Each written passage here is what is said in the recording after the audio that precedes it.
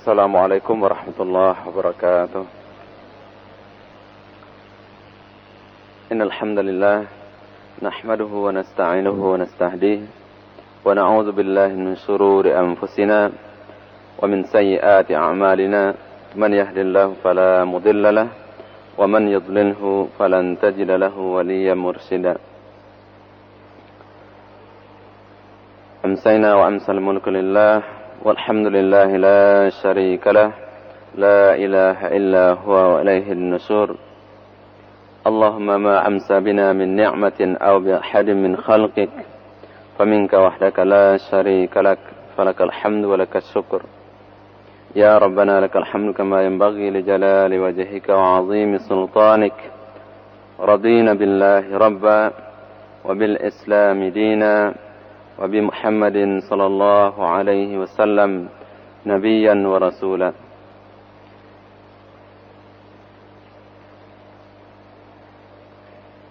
Jamaah salat maghrib rahimakumullah, marilah kita senantiasa berusaha untuk bersyukur kepada Allah Subhanahu wa taala di atas segala limpahan rahmat, kesempatan, kesehatan, dan terutama adalah nikmat keimanan, sehingga kita dimudahkan oleh Allah Subhanahu wa taala untuk melangkahkan kaki, mengayunkan tangan menuju masjid yang mulia ini.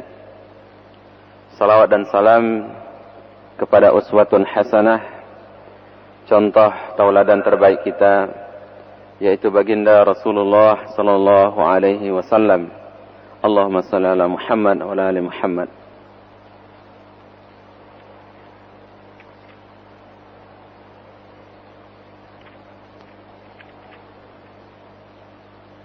Kajian kita masih tentang babul ghusli wa hukmul junub, mandi dan hukum orang yang junub.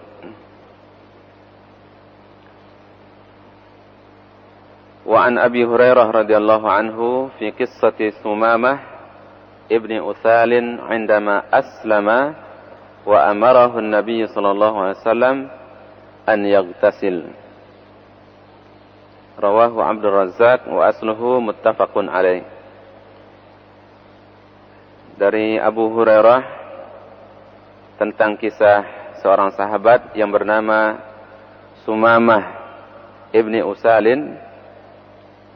Ketika beliau Islam, maka Rasulullah sallallahu alaihi wasallam menyuruh beliau untuk mandi.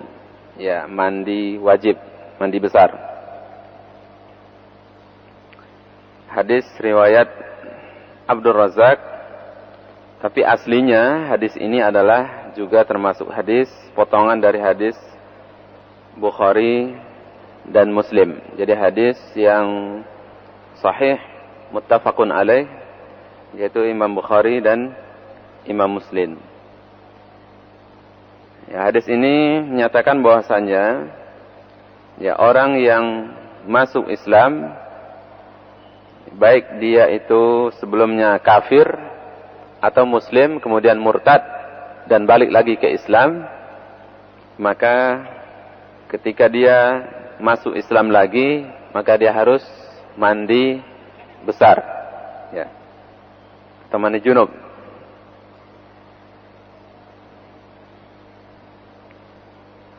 Di dalam hadis ini juga dinyatakan bahwasannya mandi itu dilakukan setelah masuk Islam.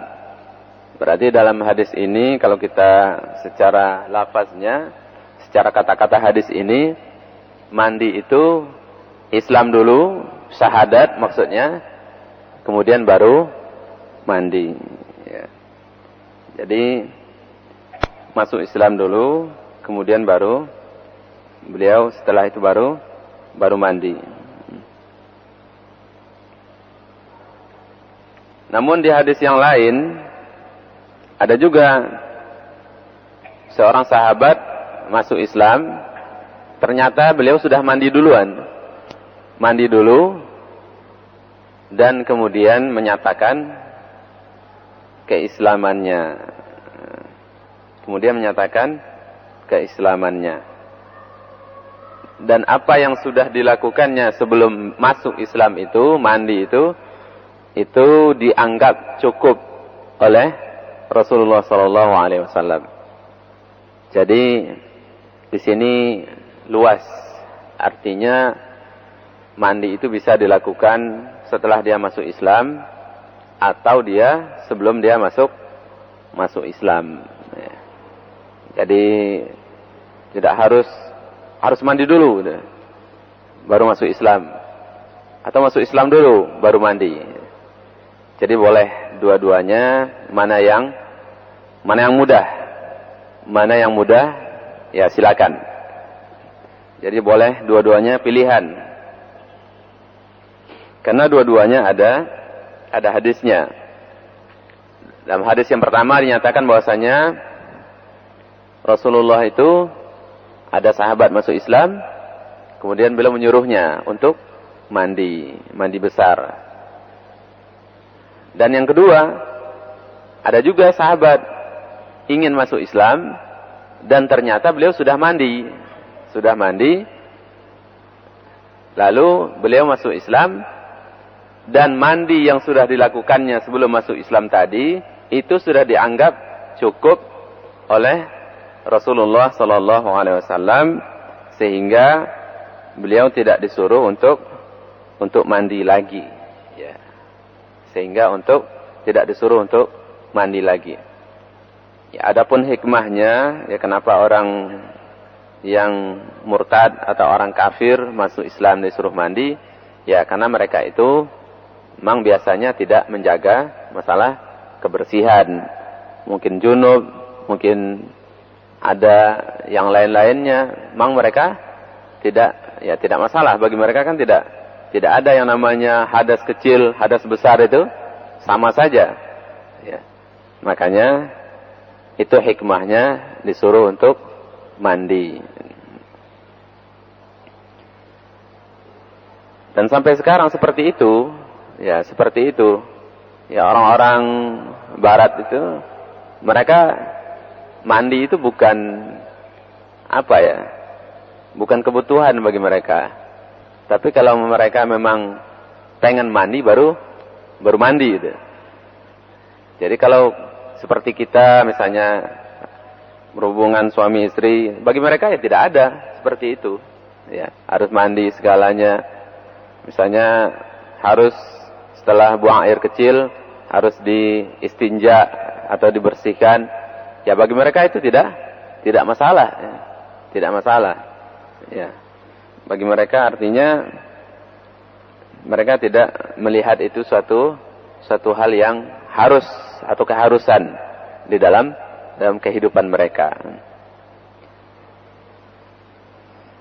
Nah, berbeda dengan kita, Rasulullah SAW sudah mengajarkan hal ini semenjak 15 abad yang lalu.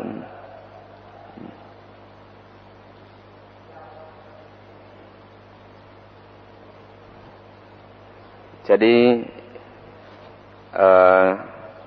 tidak perlu kita perselisihkan kalau ada yang masuk Islam, apakah dia mandi setelah syahadatain, asyhadu an la ilaha illallah wa asyhadu anna Muhammadan abduhu wa rasuluh, atau dia sudah mandi kemudian dia baru mengucapkan syahadat. Dan ini boleh dilakukan dua-duanya, karena memang ada hadisnya dua-duanya sahih, sama-sama riwayat Bukhari dan Muslim. Jadi dua-duanya kalau seperti ini berarti boleh, pilihan, ya tidak harus wajib itu. Ya. Tidak harus wajib, artinya memaksakan pendapat yang satu, harus mandi dulu baru masuk Islam, atau Islam dulu baru mandi. Ini boleh, pilihan. Yang penting dia mandi setelah, kalau dia masuk Islam dia harus mandi wajib.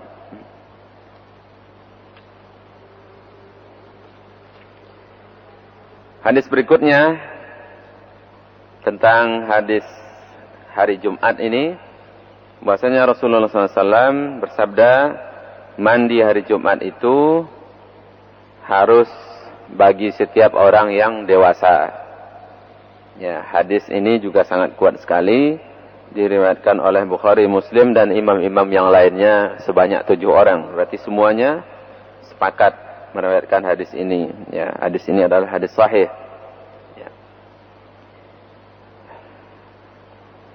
Di sini memang kata-katanya wajib. Ya, ghuslu yaumil jum'ah wajibun ala kulli muhtalim. Jadi mandi hari Jumat itu wajib bagi setiap orang yang sudah dewasa, balik, ya, balik. Ya. Namun kebanyakan ulama berpendapat bahwasannya ini adalah sunnah muakkadah. Ya, sunnah tapi tingkatnya sangat tinggi sekali gitu. Ya. Sunnah muakkadah, ya, sunnah namun sangat-sangat dianjurkan oleh Rasulullah sallallahu alaihi wasallam.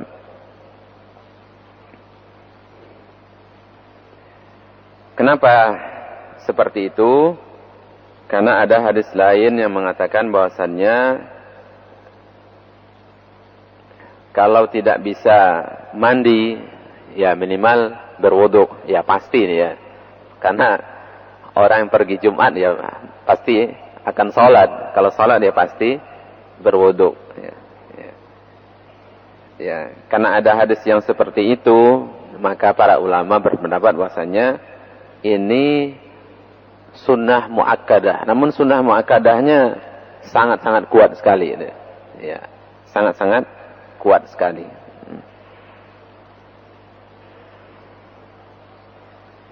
Dalam hadis lain, di dalam riwayat Bukhari Muslim juga dinyatakan bahwasanya idza jaa ahadukum al-jumu'ah falyaghtasil.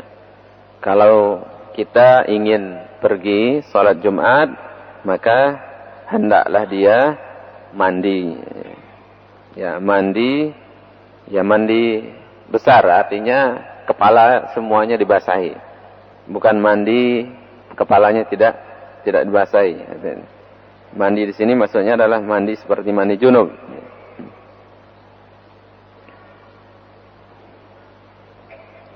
Ya berarti kalau anak-anak ya tidak, karena hadis ini menyatakan bahwasannya untuk orang yang sudah balik.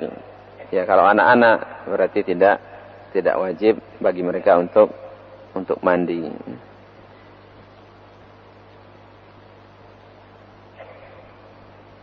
Dan memang hari Jumat ini adalah hari yang paling mulia. Bahkan dalam hadis lain, hari Jumat itu lebih afdal daripada hari raya Idul Fitri dan hari raya Idul Adha. Jadi Sayyidul Ayyam itu ya hari yang paling mulia itu adalah hari Jumat.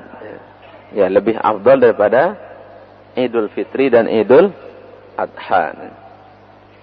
Dalam hadis sahih juga dinyatakan bahwasanya ma tala'atis syamsu, tidaklah matahari terbit, wala gharabat, dan tidak juga terbenam, ala yaumin khairun min yaumil jum'ah. Ya, lebih baik daripada hari Jumat. Jadi memang hari Jumat ini adalah hari terbaik, ya, hari terbaik. Karena itu di situ ada juga ibadah yang namanya itu salat Jumat. Ya. Ya berarti hari yang sangat mulia, kemudian juga disyariatkan ya Jumat itu. Ya makanya mandi ketika hari yang seperti itu, kemudian kita akan berkumpul, kita akan melakukan salat berjamaah, maka itulah hadis tadi. Ya para ulama mengatakan sunnah muakkadah, namun sangat ya mendekati wajib, ya hampir-hampir kepada wajib, tapi tidak sampai kepada wajib gitu. Dalam hadis lain dinyatakan juga, hadis riwayat Bukhari, dinyatakan bahwasannya la yaghtasilu rajulun yaumal jum'ah. Tidaklah seseorang mandi pada hari Jumat wa yatatahhar, dan dia mensucikan dirinya mastata'a min tuhrin, ya semaksimal mungkin, ya artinya membersihkan semua badannya, memotong kukunya, mencukur rambutnya, ya merapikan kumisnya, ya. Maka wayudhinu, dan meminyaki rambutnya, ya. Jadi intinya kita juga disuruh untuk merapikan rambut, ya. Kalau punya rambut dimuliakan, gitu. Ya. Siapa yang punya rambut, maka hendaklah dia memuliakannya. Ya disampo, diminyaki, itu maksudnya, dipelihara.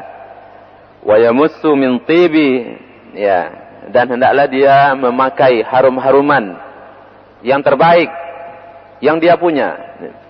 Ya. Kalau ada harum-haruman yang terbaik yang kita punya, itu paling afdol dipakai untuk hari Jumat, ya untuk salat Jumat. Ya, summa yusalli ma kutiba lahu. Kemudian dia datang ke masjid dan dia salat di situ, ya salat sunnah sesuai kemampuan dia, berzikir, membaca Al-Qur'an, ya. Yang penting dalam rangka ya ibadah, berzikir, membaca Al-Qur'an, salat, ya sampai khatib naik mimbar. Ya, kalau itu dilakukan, illa ghufira lahu ma bainahu wa bainal jum'atil ukhra, maka pasti Allah akan memberikan ampunan kepadanya di antara Jum'ah yang ini kepada Jum'ah yang berikutnya. Ya. Hadis riwayat Bukhari.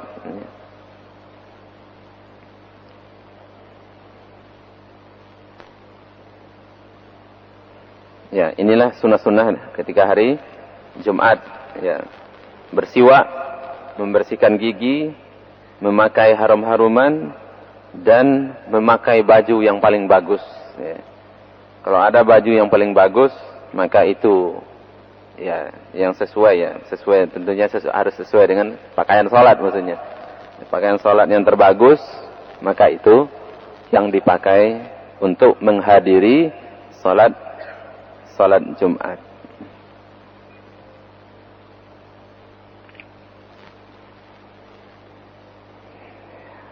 Di hadis berikutnya dinyatakan bahwasanya man tawadda'a yaumal jum'ati fabiha wa ni'mat wa man igtasala fal ghuslu afdal.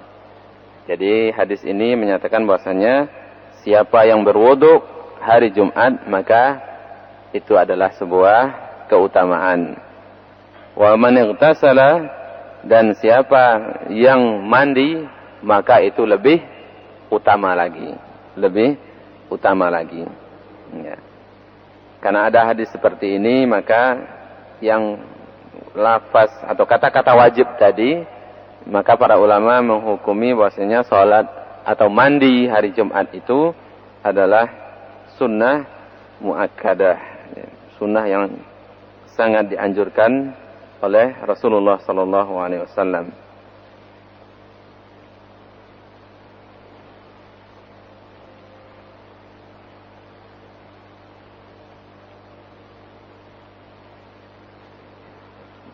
Ibnu Qayyim mengatakan, ya, perintah untuk mandi hari Jumat itu muakkadun jiddan, ya, sangat-sangat muakkad, ya, sangat-sangat kuat.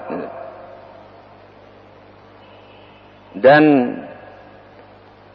kedudukannya itu lebih kuat daripada salat witir. Karena sebagian ulama ada juga yang mewajibkan salat witir, walaupun ini tidak bukan pendapat yang kuat, bukan pendapat yang kuat. Ya, salat yang wajib dia tetap yang 5 itu. Salat yang wajib adalah salat yang 5. Ya, salat subuh, zuhur, asar, maghrib, isya itu yang wajib. Namun sebagian ulama ada yang mewajibkan witir karena memang ada perintahnya. Karena Rasulullah SAW menyuruh orang itu redaksinya atau kata-katanya itu perintah, gitu. Bukan hanya anjuran, jadi perintah. Witirlah kamu, ya, berarti perintahnya. Dan perintah ini wajib, itu wajib. Dan ternyata ya Ibnu Qayyim mengatakan bahwasanya ya mandi hari Jumat itu lebih kuat daripada perintahnya untuk witir itu, ya. Dan dari membaca dan dari wujubul wudu min massin nisa. Ya, dari ada orang yang berpendapat sebagian bahwasanya menyentuh perempuan itu harus berwudu, ya. Ya, mandi hari Jumat itu perintahnya lebih kuat daripada itu, lebih kuat daripada perintah yang orang menganggap bahwasanya kalau menyentuh perempuan itu adalah membatalkan wudu.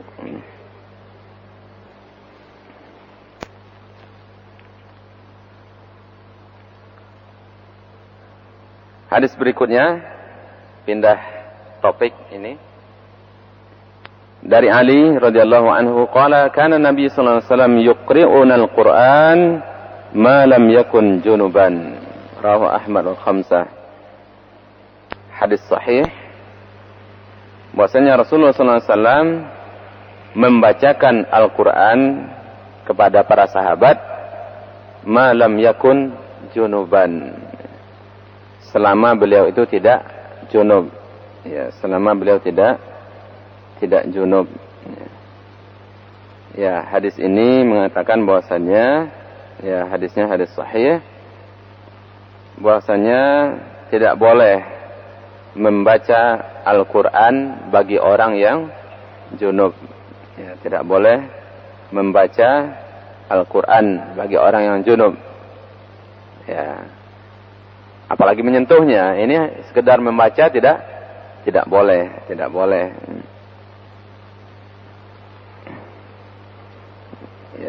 Ya mungkin bahkan sampai di sini mungkin ya haram gitu. Tahrim, artinya haram membaca Al-Qur'an ketika orang yang junub. Pada suatu hari Rasulullah SAW membaca Al-Quran, kemudian beliau berkata, "Hakadha liman laisa bijunub." Ya, boleh membaca Al-Quran itu kalau orang yang tidak junub. Ya.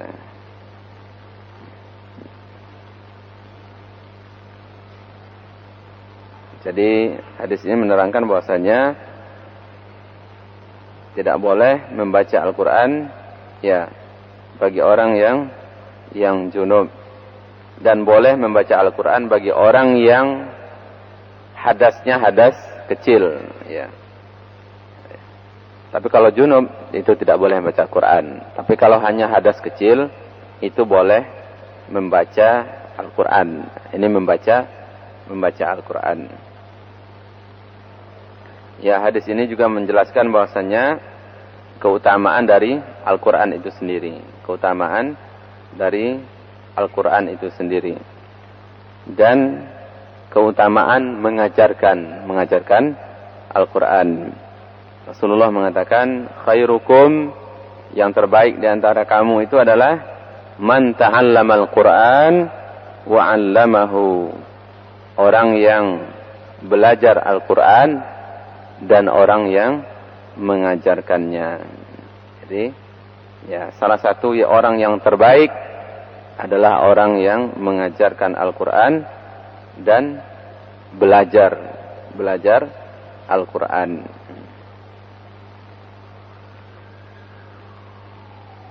Ya, hadis ini juga bahwasannya bagi orang yang junub itu dia tidak harus langsung mandi.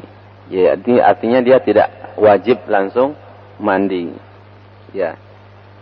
Dan dia boleh duduk bersama orang lain. Ya, jadi orang junub itu boleh duduk ngobrol sama orang lain, ya, boleh. Kenapa? Ya, ada hadis Abu Hurairah, beliau junub, kemudian beliau bertemu dengan Rasulullah, beliau lari dan segera mandi. Kata Nabi, ya Abu Hurairah, wahai Abu Hurairah, kenapa anda lari? Saya junub tadi Nabi. Saya tidak enak duduk sama anda, saya junub, makanya saya mandi. Apa kata Nabi? Subhanallah, ya Maha Suci Allah. Innal mu'min la yanjus. Orang Islam itu tidak najis. Jadi mukmin itu tidak najis. Jadi boleh dia mengakhirkan mandinya dan boleh dia melaksanakan pekerjaan lain selain dari yang tadi, selain dari membaca Al-Qur'an, ya membaca Al-Qur'an, ya duduk bersama manusia, bersama orang lain ngobrol misalnya, maka ini boleh.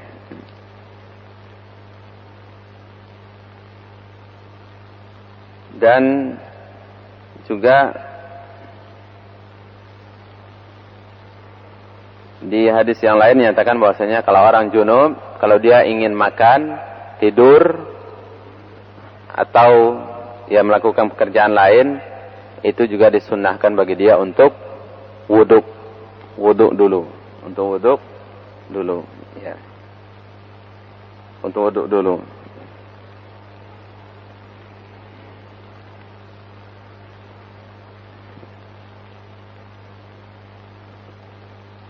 Karena ada hadis lain mengatakan bahasanya Rasulullah SAW,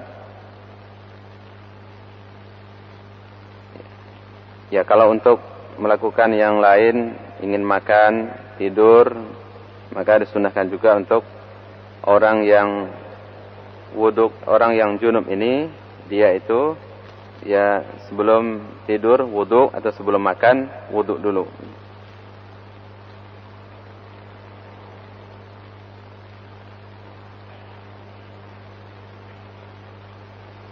Saya kira cukup dulu sampai di sini. Kalau ada pertanyaan, persilakan.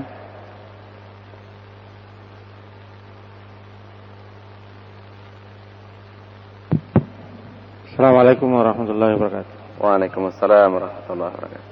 Apa benar ini Ustaz, saya pernah mendengar bahwa mulai 1 Zulhijjah sampai tanggal 10 ya, itu harus memperbanyak amalan-amalan, baik itu ya, termasuk di situ puasa sunnah.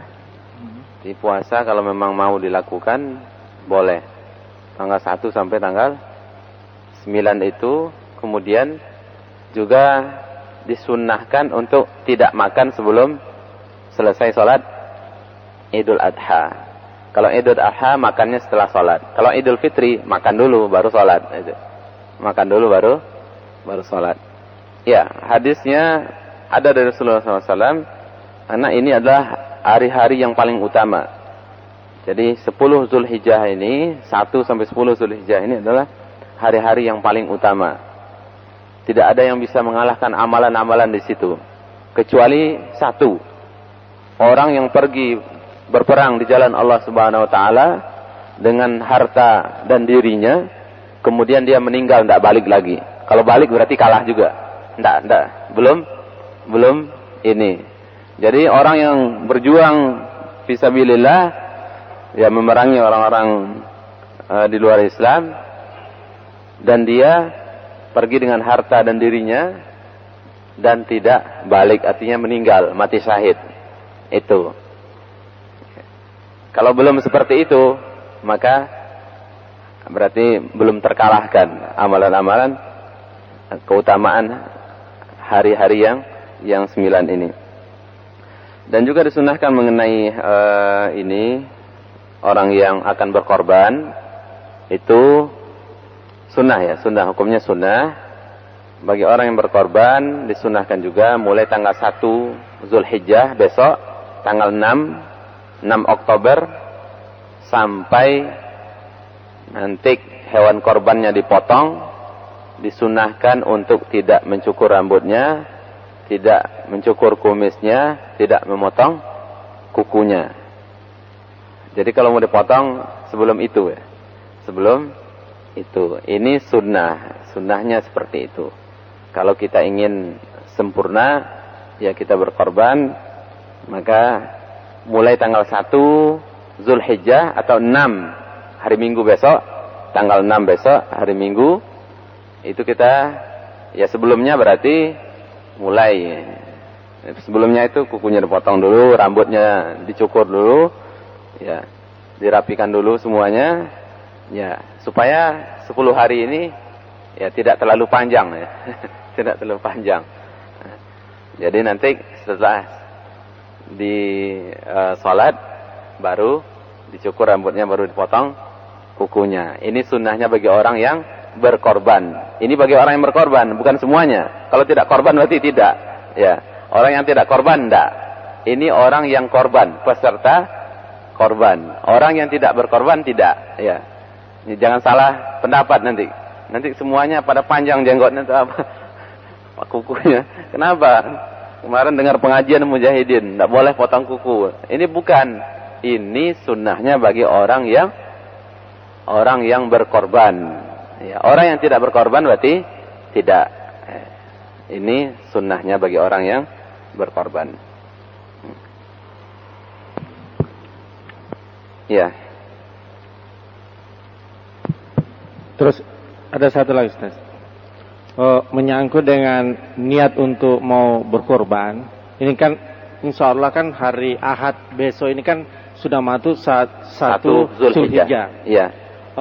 Apakah sebelum ini Ustaz kita perlu memang misalnya yang belum mendaftar itu mendaftar memang untuk supaya niatnya itu kan lebih awal daripada sudah mendekati baru ini, dan insya Allah juga panitia juga kewalahan Ustaz, karena misalnya aja itu misalnya sapinya sudah cukup misalnya untuk 2 sapi berarti 14 orang, tiba-tiba ada yang nyeluduk lagi mau tapi ini kan masalahnya ini kebingungan panitia, nanti juga ada yang mau nambah lagi, akhirnya kan kita tolak juga, sayang dia juga mau ke kambing ke sapi.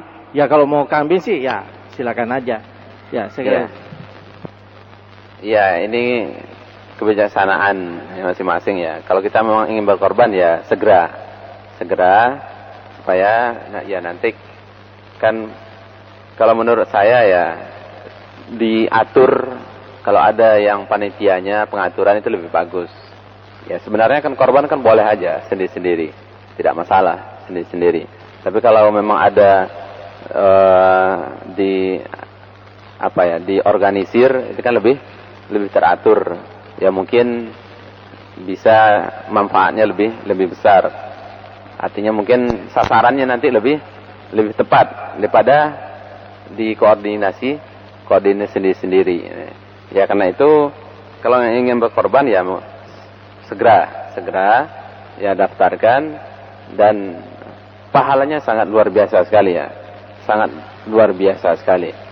Korban ini ya luar biasa sekali, dan dalam satu hadis riwayat hadis yang sahih dinyatakan bahwasannya sesungguhnya ya korban itu akan datang kepada Allah Subhanahu wa taala semuanya dengan tanduknya, dengan bulunya, dengan tulang-tulangnya, dan itu Allah sudah menerima korban kita itu sebelum tetesan darah pertamanya itu jatuh ke bumi. Ya. Dan seorang yang seperti itu maka akan diampuni dosanya oleh Allah Subhanahu wa taala.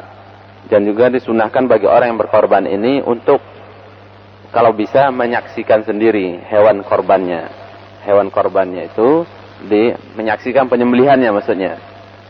Menyaksikan penyembelihannya ya, karena hadis Rasulullah mengatakan seperti itu, wahai Fatimah, saksikanlah hewan korbanmu. Ya, karena apa? Karena sesungguhnya Allah akan memberikan ampunan kepadamu mulai dari tetesan darah pertama hewan korban itu. Ya, sesungguhnya Allah akan mengampuni semua dosamu Dan sunnah juga ketika itu kita mengatakan qul inna salati wa nusuki wa mahyaya wa mamati lillahi rabbil alamin. Ini ayat Al-Quran. Jadi ketika kita melihat hewan korban kita itu disembelih, maka kita katakan qul inna salati wa nusuki wa mahyaya wa mamati lillahi rabbil alamin. Ini sudah ya?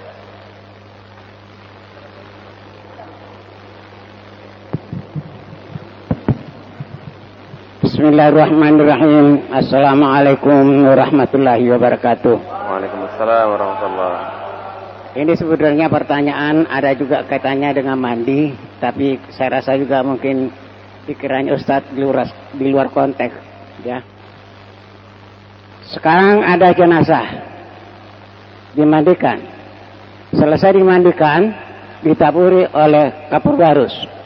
Iya. Kemudian dikafani selesai, ditaburi oleh minyak wangi lagi.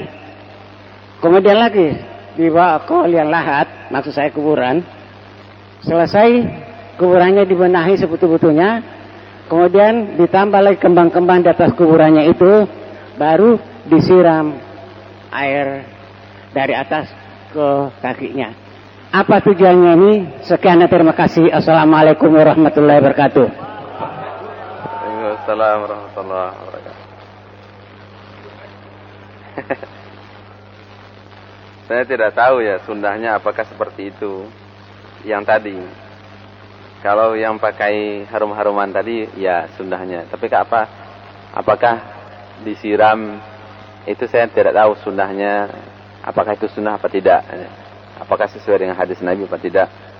Dan juga kembang tadi. Tapi yang jelas ya yang tadi memang disuruh ketika memandikan mayat itu dicampur dengan harum-haruman ya supaya tidak bau maksudnya.